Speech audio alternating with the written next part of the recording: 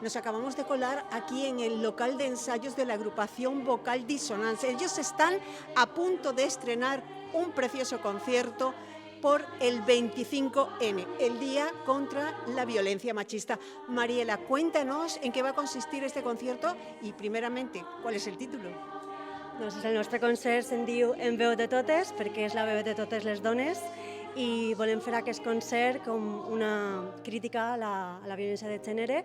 Anem a contar una història d'una dona que es diu Luca i perquè està immersa en una situació de violència amb el seu home, i anem a contar un poquet el que està passant ella, la seva filla, la seva amiga, tot el que passa al seu voltant. El que hem pogut fer és aunar un poc la música per a que s'entenguera millor la història en un concepte audiovisual. No? Bueno, tenim unes imatges meravelloses que hem pogut gravar en unes actrius meravelloses i no res, és que estic desitjant que vinga el públic a veure-ho perquè es va encantar. És això, és aunar música en imatges per a entendre el cicle de la violència i com se pot eixir d'ell, que jo crec que el més important del nostre concert és que se pot eixir i que hi ha molts recursos per ajudar a totes les dones que estiguen vinculades en això, del cicle de la violència. És un concert d'una hora i 20, una hora i mitja més o menys de duració, i anem a fer moltes cançons, però són arranjaments propis de nosaltres. Nosaltres en Disonance el fem tot,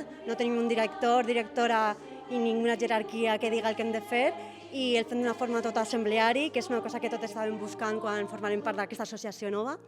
I el que anem a fer són moltes cançons diferents, de moltes èpoques, en diferents idiomes, y yo creo que va a sorprender, no puc dir més.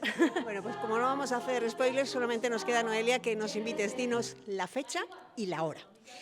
Bé, vos convidé a tots el dia 24 de novembre a les 7 de la vesprada en l'Auditori Municipal de l'Eliana a disfrutar de l'espectacle En veu de totes.